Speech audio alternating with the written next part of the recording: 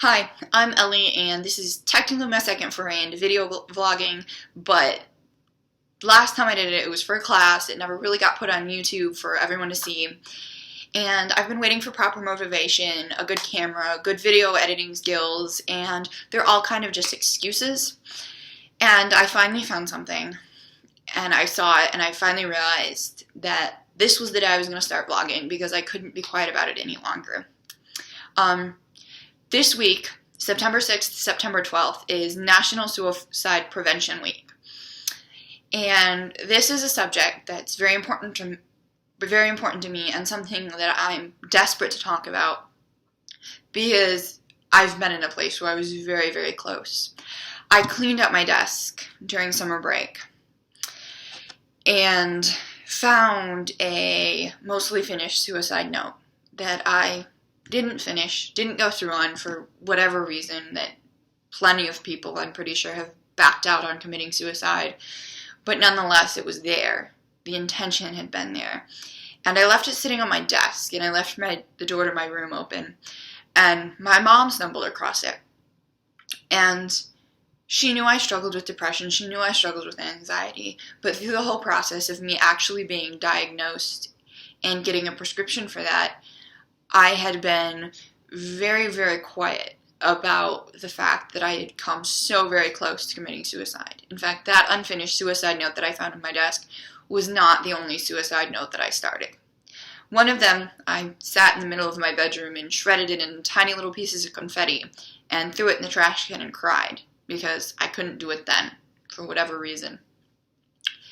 But my mom and I, as we talked about this, we discovered that one of the biggest things that had caused both of us trouble through my own personal struggles was ignorance.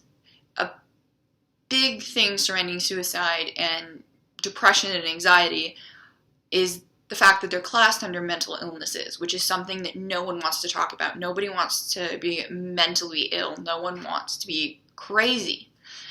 That's inaccurate terminology. The word crazy is a horrible word to use, and as somebody who technically does struggle with mental illness, it's a very scary word to hear in any way connected to yourself.